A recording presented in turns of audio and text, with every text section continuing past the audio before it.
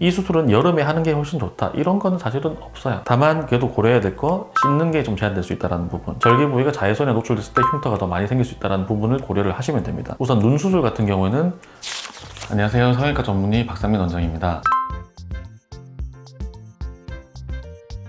여름 방학도 얼마 남지가 않았죠. 성형외과 또는 피부과 시술 같은 것들을 많이 고민하시는 분들이 계셔서 요거에 대한 주제로 좀 말씀을 드려볼까 합니다. 방학 때 수술을 하는 게 좀 좋은 이유에 대해서 먼저 설명을 좀 드리면요, 충분한 회복 시간을 가지고 스케줄 조절이 조금 더 자유롭다. 여름방학 길게는 몇 주에서 이제 한 달 이상 여유가 있기 때문에 학생이라면 학업에 지장을 받지 않고 수술이나 시술을 계획을 할 수 있다는 부분, 직장인이라고 하더라도 다른 때보다는 휴가라든지 자유로우신 부분이 있으니까요, 병원 예약부터 수술을 관리까지 미리 준비를 하신다면 좀 더 효율적으로 수술이나 시술을 진행을 하실 수가 있습니다. 여름에 수술이나 시술을 받는 것에 대한 오해들이 조금 있습니다. 대표적인 걸로 여름에는 상처가 좀 잘 낫지 않는다. 요거는 사실 좀 반대로 알고 계시는 경향이 있습니다. 기온이 올라갈수록 미세 혈류 흐름이 좀 좋아지고 혈액순환이 좀 좋아지는데, 이런 것들은 절개 상처가 회복하는데 오히려 속도를 조금 더 빠르게 해주는 부분이 있습니다. 온도가 높다라고 하는 것은 사실 국소적으로 상처 치유의 속도를 증가시켜 줄 수 있는 방법이다. 두 번째로, 여름에 수술을 하면 염증이 잘 생긴다. 미국 존스 홉킨스대 연구에 따르면 수술 후 감염률이 가장 높았던 시기가 1월, 겨울이었고요. 여름, 7, 8월 감염률이 가장 낮았다라고 연구 결과가 있습니다. 여름의 감염률이 겨울의 절반 이하였다라는 연구 결과가 있었고요. 또 다른 연구로 미국의 미시건대 연구에서도 수술 전후에 체온이 낮았던 환자보다 수술 후 열이 좀 낮던 환자의 감염률이 훨씬 더 낮았다. 여름에 감염이 잘 생긴다라는 거는 오해다. 수술 후 상처 부위에는 물이 닿으면 안 된다. 절개 창상이 있는 경우에 1, 2일 정도는 수술 후에도 그 부위가 열려 있다라고 생각을 합니다. 수술을 한 3일째 정도부터라면 특별히 감염이었고 깨끗한 상처 경우에는 다친 상처로 간주를 할 수가 있거든요. 쉽게 말하면 물이 튀어도 피부 내로 흡수가 되지는 않는다. 수술 후 1, 2일 정도는 당연히 조심을 해야 되겠지만 3일 이후부터는 물이 살짝 튀거나 물로 살짝 헹구는 정도는 오히려 괜찮다 하고 설명을 드리겠습니다. 마지막으로, 상처 부위의 세균 감염을 방지하기 위해서 햇빛에 바짝 말리면 도움이 된다. 수술 후에는 흉터를 생각을 안 할 수가 없잖아요. 수술 후 초반부 한 2, 3개월 정도까지 이 시기가 흉터가 잘 남냐 잘 남지 못하냐의 관건인 시기가 되는데요, 자외선에 직접적으로 노출이 된다면 색소 침착이 좀 더 많이 생깁니다. 평평하게 잘 나왔다고 하더라도 색깔이 좀 더 시커멓거나 색깔이 좀 더 빨갈 수가 있다. 그럼으로써 흉터가 눈에 더 잘 띄게 될 수가 있다. 바짝 말리는 게 상처 치유에도 사실 도움이 좀 안 되기도 하는데요, 적절한 습도를 유지를 해주는 게 건조한 환경보다 몇 배로 상처 치유가 빠르고, 세포의 증식이라든지 세포의 이동, 열려있는 부분에서 세포가 이렇게 이동해서 덮어주는 그 속도가 훨씬 빠르다. 이런 환경을 조성해주기 위해서 연고도 바르고요, 메디폼 같은 그런 폼 드레싱 같은 것도 덮어주는 이유가 적절한 습도를 유지해주기 위해서 그런 것이거든요. 바짝 말리고 건조한 환경을 유지해주는 게 상처 치유에 도움은 되지 않는다. 여름에 성형수술을 받을 때 주의해야 하는 부분도 있습니다. 더운 날씨와 땀, 여름이 이제 다른 계절보다 덥고 습한 날씨가 많아서 땀이 좀 많이 나는 시기잖아요. 수술 부위의 위생관리가 다른 시기보다는 조금 더 필요할 수가 있고, 감염 방지를 위해서 조금은 더 잘 씻고 하는 부분이 필요하다. 절개가 들어가는 이런 수술 후에 절개 상처가 생기잖아요. 이런 부위를 강한 햇빛을 좀 피하고 자외선 차단제를 좀 발라주고 흉터가 적게 남고 피부 트러블을 좀 방지할 수 있는 요소가 되거든요. 수술 후에 외출 시에는 모자나 선글라스 착용을 좀 잘 해주시는 게 좋다. 이런 부분들을 종합해서 봤을 때 여름철에 추천드리는 수술이 있겠죠. 첫 번째로 추천드리는 시술은 물광주사입니다. 가격적으로도 상당히 좀 메리트가 있고요, 자외선 노출, 특히나 뭐 태닝이나 이런 걸 하고 나서 피부가 퍼석퍼석해졌다, 이거 아마 대부분 다 느껴보셨을 거예요. 퍼석퍼석한 피부에 직접적으로 수분감을 바로 보충해 줄 수 있는 시술이 바로 물광주사다. 피부가 건조했을 때, 자외선 노출이 많았을 때 태닝하고 나서 추천드릴 수 있는 시술이다. 두 번째로는 리쥬란 힐러, 뭐가 올라오고 좀 이런 민감한 피부다라는 경우에는 리쥬란 힐러 시술을 좀 추천드리고요, 피부 장벽을 회복시키는 효과가 있습니다. 물광주사랑 마찬가지로 수분을 직접적으로 보충해주는 효과도 부가적으로 가지고 있기 때문에 더 추천드리는 시술이 되겠고요. 마지막 시술은 주베룩입니다. 수분감이나 피부 재생이랑은 조금 다른 이야기인데, 팔자나 눈 밑에 고랑 같은 얼굴에 골이 있을 때 조명을 세게 받으면 그런 골들이 더 많이 보이거든요. 튀어나온 부분은 빛이 반사가 되고 꺼져 있는 부분은 그늘이 좀 더 많이 지고, 평탄을 시켜주는 게 사진빨도 사실은 좀 잘 받고 주름도 없어 보이고, 주베룩 같은 경우는 꺼진 부위를 채우면서 동시에 콜라겐 재생 효과도 좀 가지기 때문에 조금 더 추천드릴 수 있을 것 같습니다. 다음으로는 이런 수술은 여름철에 추천한다. 여름이라고 해서 그래서 수술을 피해야 되거나 이 수술은 여름에 하는 게 훨씬 좋다 이런 건 사실은 없어요. 다만 그래도 고려해야 될 거 씻는 게 좀 제한될 수 있다는 부분, 절개 부위가 자외선에 노출됐을 때 흉터가 더 많이 생길 수 있다는 부분을 고려를 하시면 됩니다. 우선 눈 수술 같은 경우에는 비절개 쌍꺼풀 수술, 자인유착이나 비절개 뒤밑 트임 수술, 저희 병원 캔디 트임 같은 수술을 적극 좀 추천드리는 바이고요. 절개 쌍꺼풀 수술 같은 경우에는 눈을 감았을 때 절개 흉터가 있지만 눈을 떴을 때는 이게 쌍꺼풀 안으로 말려 들어가면서 직접적으로 자외선에 노출되는 게 좀 적기 때문에 다른 절개가 들어가는 수술보다는 절개 쌍꺼풀 수술은 조금 더 안심을 하고 수술받을 수 있다. 코성형 같은 경우는 비개방 코성형은 당연히 이제 추천을 드릴 수 있는 부분이고요. 비개방 콧볼 축소나 다 공통적으로 추천을 드릴 수가 있고요. 개방형 코성형, 바깥에 절개 흉터가 남는 코성형인데 다른 수술에 비해서는 크게 고민을 할 필요가 없는 게 절개 상처가 상당히 짧기 때문에 흉터가 그렇게 많이 남지 않는 부분도 있지만 위치 자체가 아래쪽 여기에 있기 때문에 햇빛이 이렇게 들어오더라도 직접적으로 자외선을 받는 부위는 아니잖아요. 이 아래쪽에 그늘지는 부위 여기 이런 데 있는 뭐 이런 수술들은 수술을 하더라도 큰 제약은 없다. 다음과 같은 수술은 여름철에 한 번 더 고려를 해보시는 게 좀 좋을 것 같은데요. 눈 처짐 수술 중에서 눈썹 밑 거상이라는 수술이 있는데 눈 바깥쪽 처진 피부가 있을 때 눈썹 쪽을 절개를 해서 이런 식으로 끌어올릴 수 있는 이런 수술인데요. 겉면에 흉터가 남고 직접적으로 자외선을 받을 수 있는 위치잖아요. 눈썹이 좀 더 돌출되어 있으니까 이런 수술을 했을 때는 선글라스 큰 거를 낀다던가 자외선 차단제를 잘 발라서 자외선 차단이 꼭 필요하다. 모자 같은 거를 잘 쓰고 다니는 게 좋다. 이렇게 고려하시는 게 좋을 것 같고요. 안면 거상 수술 같은 경우 수술 자체는 사실 큰 무리는 없어요. 수술하고 나서 보통은 얼굴 땡김이 밴드 같은 거 이런 걸 착용을 하거나 수술 후 초반에 붕대를 좀 감거나 해야 되죠. 코로나 때 다들 경험을 하셨겠지만 여름철에 마스크 하나만 껴도 진짜 거의 한 2배는 덥거든요. 그 마스크보다도 더 밀착되고 더 넓은 면적을 커버를 하는 땡기미 같은 걸 차고 있어야 된다고 생각을 하면 괴로운 부분이 있잖아요. 착용을 해야 된다라는 부분이 요거를 미리 좀 고려를 하시는 게 좋을 것 같고, 이마를 좀 들어올리는 이마 거상 수술이나 이마가 넓은 경우에 절개로 하는 이마 축소 거상 같은 수술의 경우에도 머리 감는 게 아무래도 제약이 있잖아요. 헤어밴드 같은 거를 또 경우에 따라서는 착용을 하거든요. 여름에 했을 때 조금 더 괴로운 부분이 있다. 고려를 하시는 게 좋을 수 있겠습니다.